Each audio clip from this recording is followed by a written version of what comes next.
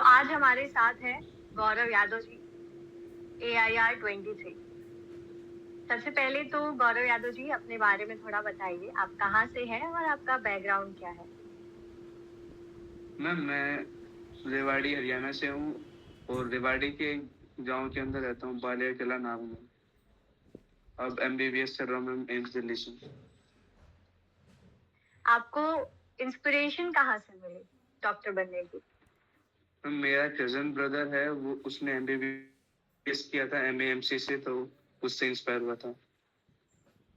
Okay. आपने NEET 2025 top किया है, जो one of the toughest paper था, स्पेशली जो फिजिक्स वाला सेक्शन था, तो इस बारे में आप कुछ बताइए।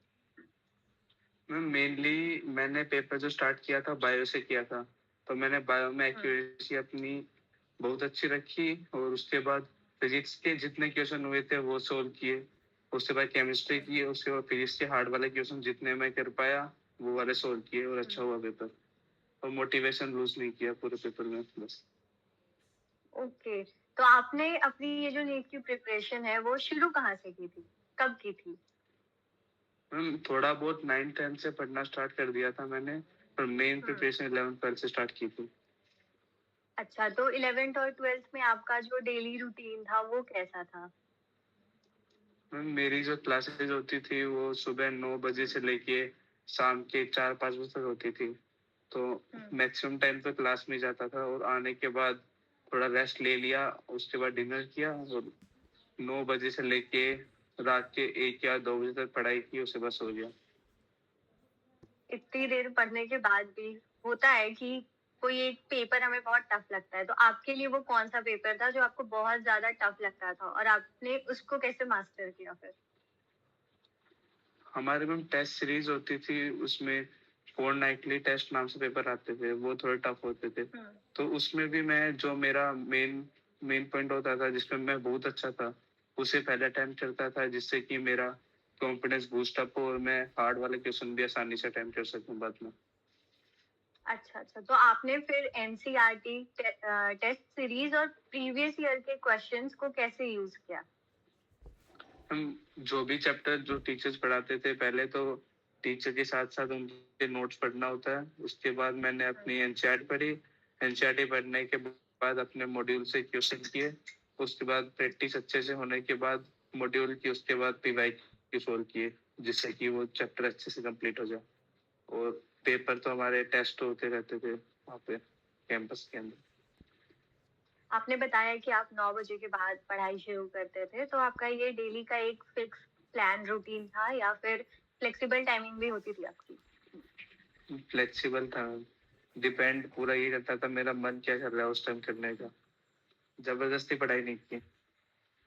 ओके। और होता है कि जब हम अपने मन से पढ़ते हैं तो ज्यादा इंटरेस्ट भी आता है, but yes still ma'am. Distract हो जाते हैं हम। तो डिस्ट्रैक्शन से बचने के लिए और उस कंसिस्टेंसी को मेंटेन करने के लिए आपने क्या किया? आपका क्या सीक्रेट था? डिस्ट्रैक्शन डिस्ट्रैक्शन में मेनली मोबाइल एंड टैब था। तो जब मैं पढ़ता था तो मैं अपने फ्रेंड के रूम के अंदर अपना मोबाइल टैब दोनों रख के आ जाता था। तो उससे बोलता था कि वो मेरे से वापस मत देना जब तक मैं पढ़ने के बाद ना बोलो भाई अब दे दे। तो उससे मैं मोबाइल से दूर रहता था और पढ़ने के बाद थोड़ा बहुत चला लेता था, जिससे कि माइंड रिलैक्स हो जाए। पढ़ते हुए मैंने मोबाइल नहीं देखा। वाह! कंसिस्टेंसी तो यूज़फुल होती ही है, बट कोचिंग, सेल्फ स्टडी और पीयर ग्रुप, इनमें से आपके लिए सबसे ज़्यादा हेल्पफुल क्या रहा था? सबसे ज्यादा हेल्पफुल पीयर ग्रुप था मैम। अच्छा, कैसे हेल्प किया पीयर ग्रुप ने आपको? मतलब जो भी हमारे आपस में डाउट्स होते थे तो हम पहले आपस में डिस्कस करके और अच्छी अच्छी ट्रिक्स बना के उन्हें याद कर लेते थे। और कॉन्सेप्ट भी सबका क्लियर होता था। मान लो उसका एक टॉपिक अच्छा है, मेरा दूसरा अच्छा है, दोनों ने आपस में बैठ के पढ़ा दिया, इस टाइप से। प्रिपरेशन करते टाइम भी ऐसा होता है कि जर्नी बहुत टफ होती है जब तक आप अचीव नहीं कर लेते हैं अपने गोल को। तो आपके प्रिपरेशन जर्नी में आपका सबसे टफेस्ट टाइम कौन-सा था और आपने उसको कैसे हैंडल किया?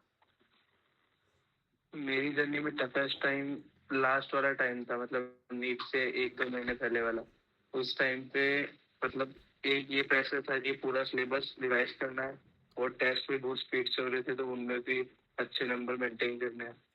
तो बीच बीच में नंबर मेरे नीचे आए थे तो थोड़ा डिमोटिवेट हुआ था, पर मेरे टीचर्स ने मुझे हमेशा मोटिवेट किया कि हाँ भाई तू कर सकता है, तुझे सब आता है, तुम 2 साल अच्छे से पढ़ाई की है तो इस टाइम पे भी हम पढ़ ही सकते हैं। और उस टाइम पे अच्छे से पढ़ाई की, पेपर दिए और कॉन्फिडेंस लूज नहीं किया। मेनली टीचर्स ने हेल्प की मेरी इस चीज में। टिल इस जर्नी में कभी आपको लगा कि आपको गिव अप कर देना चाहिए, और अगर लगा तो फिर आपको किस चीज ने मोटिवेट किया?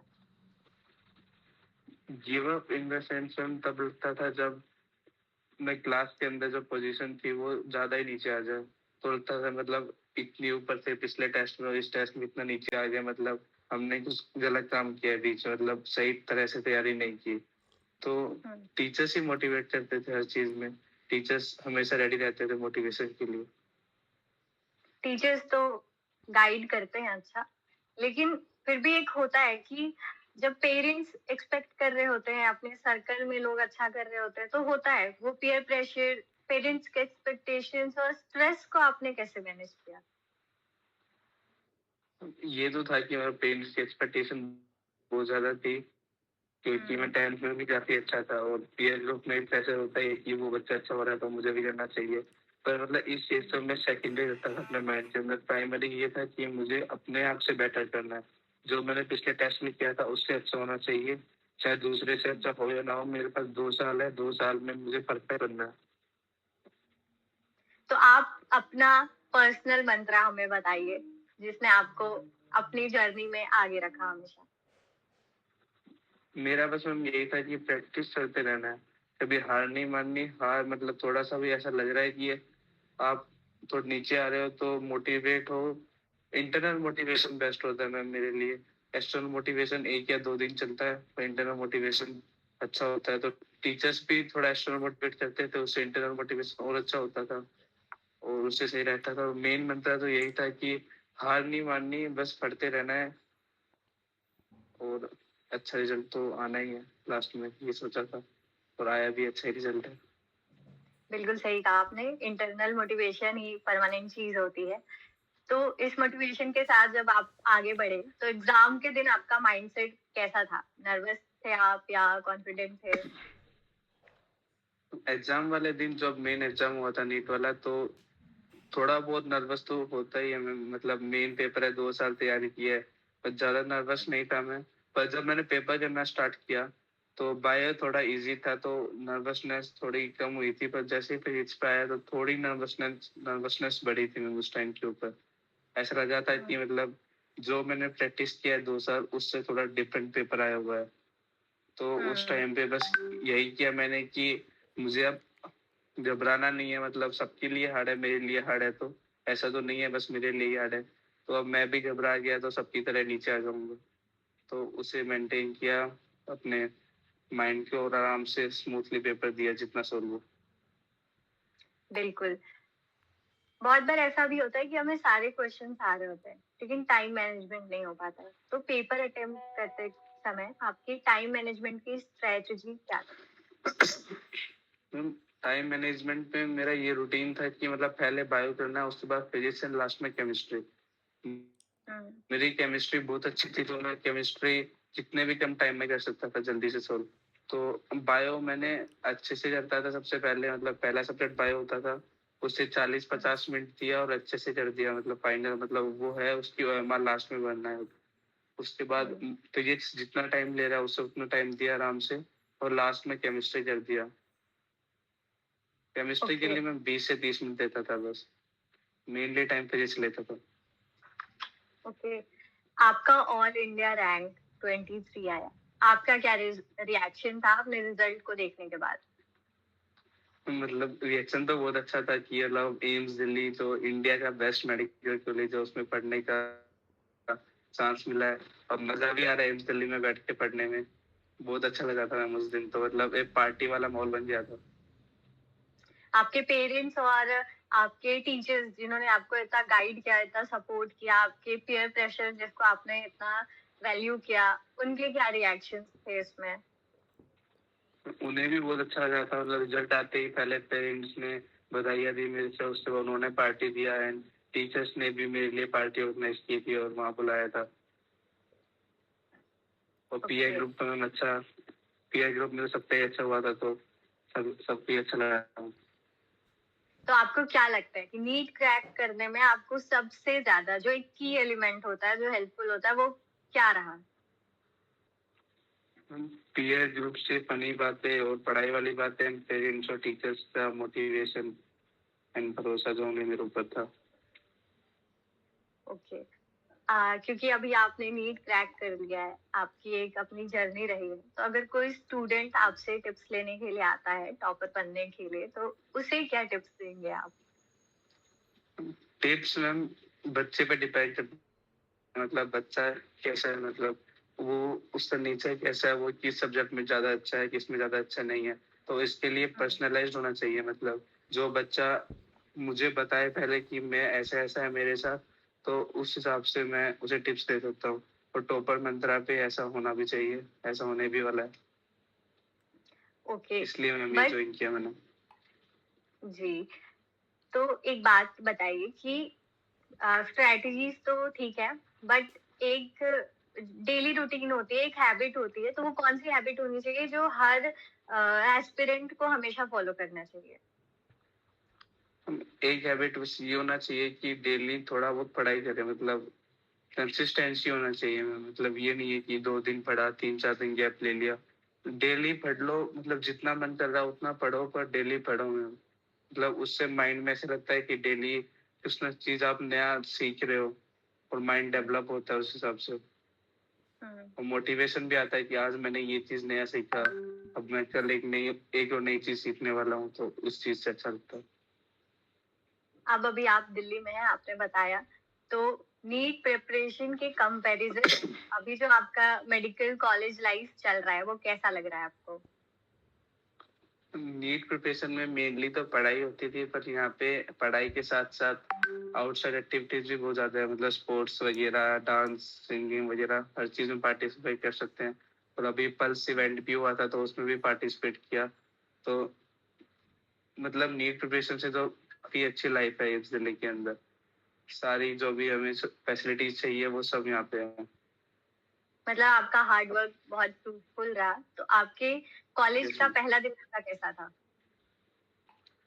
पहला दिन तो थोड़ा हेक्टिक था, मतलब एडमिशन वगैरह का प्रोसेस चल रहा था पूरा पूरा, तो उसमें इतना एंजॉय नहीं कर पाया, पर उसके बाद बहुत अच्छा था। मतलब पहले दिन बस अंदर से खुशी हो रही थी कि हाँ मैं एम्स दिल्ली में आ चुका हूँ, अब मेरा एडमिशन होने वाला है। उसके बाद हमारा इवेंट हुआ था जिसमें हम सारे जो भी फ्रेशर्स बच्चे आए थे, उन्होंने आपस में सबसे बात की थी, जाना था, फ्रेंड्स बने थे, तो उसमें बहुत मजा आया था। उसमें भी फन एक्टिविटीज की थी, डांस वगैरह। मैंने ये तो रही आपकी फन लाइफ मेडिकल कॉलेज में। अब हम जानना चाहेंगे कि क्लासेस, लैब्स और हॉस्पिटल पोस्टिंग के एक्सपीरियंस के बारे में। हॉस्पिटल पोस्टिंग तो हमारी अभी इतनी नहीं है, क्योंकि हम फर्स्ट ईयर में सेकंड ईयर से स्टार्ट होता है। एंड क्लासेस सुबह 9 बजे से स्टार्ट होती है, 9 बजे से स्टार्ट होके 11 बजे तक होती है क्लास। 9 से 11 या 9 से 10 डेली 1 या 2 क्लास होता है। उसके बाद 11 से लेके शाम के 5 बजे तक हमारी प्रैक्टिकल्स होती है लैब के अंदर। मतलब एम्स दिल्ली में हमें मेनली फोकस प्रैक्टिकल्स के ऊपर दिया जाता है, मतलब हम प्रैक्टिकल से ज्यादा सीखे हैं rather than थ्योरी। ओके, तो आपको अपने एमबीबीएस लाइफ का सबसे फन पार्ट, बेस्ट पार्ट कौन सा लगता है फिर? मैम दोस्त बहुत अच्छे अच्छे बने हैं यहाँ पे, तो उनके साथ घूमना वगैरह फन पार्ट, तो बेस्ट पार्ट तो यही लगता है मुझे अभी। ओके, तो अभी आपको क्या लगता है कि जब आप प्रिपरेशन कर रहे थे और अभी आप जब कॉलेज में हैं, तो आपको दोनों में से ज्यादा पसंद कौन सा है और ज्यादा ये टफ वाला कौन सा है? टफ नीट वाला ही था, इससे तो टफ ही था नीट वाला। उसमें पूरे दिन पढ़ना होता था, यहाँ पे डेली 1 या 2 घंटे पढ़ना इज मोर देन सफिशिएंट। तो यहाँ पे हम पढ़ाई के साथ साथ सारी चीज कर सकते हैं, मतलब अपनी हॉबीज को भी परस्यू कर सकते हैं आराम से रह के, फ्रेंड के साथ भी इंजॉय कर सकते हैं, नाइट आउट वगैरह कर सकते हैं, उसमें बहुत मजा आता है। नीट, जब आप प्रिपेयर कर रहे थे नीट के लिए, तब आपका एक बहुत कंसिस्टेंट लाइफस्टाइल था, एक टाइम टेबल था, तो लगता है आपको कि कहीं ना कहीं उस हैबिट की वजह से आपका जो एडमिशन हुआ है अभी आपके कॉलेज में आपको हेल्प कर रहा है? यस मैम, मेनली उसी की वजह से मेरा एडमिशन हुआ है यहाँ पे, और वो लाइफस्टाइल मुझे यहाँ पे भी हेल्प कर रहा है सुबह जल्दी उठने में, वरना मैं जल्दी नहीं उठ पाता। और क्लासेस की टाइमिंग तो वही है, वहाँ पे भी 9 से 4 होती थी और यहाँ पे 9 से 5 होती है, टाइमिंग तो वही है। तो थोड़ा मेंटली वैसे ही लगता है कि उसी फेज में चल रहा हूँ मैं। ओके, तो आपको ऐसा लगता है कि एस्पिरेंट्स को डायरेक्टली टॉपर से सीखना चाहिए, हाँ या ना? हाँ मैम, यस मैम। इससे आपको एक्चुअली ऐसा रीजन क्यों भी है लगता है? कि हाँ yes ma'am, mainly because ma'am जो टॉपर्स हैं उन्होंने वो सब फेस किया है जो उन स्टूडेंट्स करने वाले हैं या वो अभी कर रहे हैं। तो रेदर देन टीचर जो स्टूडेंट्स को पढ़ा रहा है, जो एक ऐसा बच्चा है जो सेम पेज से निकला है और जहाँ पे वो बच्चे जाना चाहते हैं वहाँ पे वो बैठा है, तो उसे पता है कि क्या क्या डिफिकल्टी आने वाली है और उसे कैसे डील करना है, तो वो आराम से बता सकता है रेदर देन टीचर। क्या आप टीचर का हमें मेन काम पढ़ाना होता है। ओके, गौरव, आपको क्यों लगता है कि एस्पिरेंट्स को डायरेक्टली टॉपर से सीखना चाहिए instead of relying only on coachings? Ma'am क्योंकि जो टॉपर्स हैं वो उसी पेज से जाके टॉपर्स बने हैं, तो वो अपनी जर्नी के बारे में अच्छे से बता पाएंगे, और जो भी डिफिकल्टीज बच्चे फेस कर रहे हैं वो टॉपर्स ज्यादा अच्छे से एड्रेस कर सकते हैं कि उन्हें इससे कैसे बचना है, क्योंकि उनके साथ वो सेम डिफिकल्टीज हुई थी। जो टीचर होता है वो एक कॉमन पर्सपेक्टिव से बताता है कि हाँ भाई ये होना चाहिए, पर टॉपर अपने आप से रिलेटेड बताता है कि उसके साथ क्या हुआ था और उसने कैसे फेस किया, तो पर्सनल लाइफ एक्सपीरियंस से ज्यादा अच्छे से सीख सकते हैं इसलिए। ओके, तो आप टॉपर मंत्रा पे स्टूडेंट्स को कैसे हेल्प करोगे? मतलब पहली टारगेट तो यही होगा मेरा कि जो स्टूडेंट है वो मुझे अपने बारे में चीजें बताए कि उसे क्या चीज अच्छी लगती है, क्या चीज थोड़ी आसान लगती है, क्या चीज हार्ड है उसके लिए। तो उस हिसाब से उसे बताना कि इस सब्जेक्ट पे इतना टाइम दो, इस पे इतना टाइम दो, और पेपर कैसे देना है कि उसकी कैसे किस टाइप की मिस्टेक ज्यादा होती है, सिली मिस्टेक या कंसेप्चुअल मिस्टेक। उस हिसाब से उसे ट्रेन करना कि किस चीज पे वो लैग कर रहा है, किस चीज की उसे प्रैक्टिस जरूरत है, वो सब चीज बताना, और एक परफेक्ट टाइम टेबल देना कि हाँ भाई ऐसा पढ़ना चाहिए। जी बिल्कुल। तो गौरव, आपसे हमारा आखिरी सवाल ये रहेगा कि आपका एस्पिरेंट्स के लिए क्या मैसेज है? हम एस्पिरेंट्स के लिए यही मैसेज है कि जो नीट वाला पेपर होता है उसके लिए कंसिस्टेंसी बहुत जरूरी होती है, और सिली मिस्टेक से बचना होता है। बल्कि नीट का पेपर इतना हार्ड नहीं होता जितना जे या जे एडवांस होते हैं।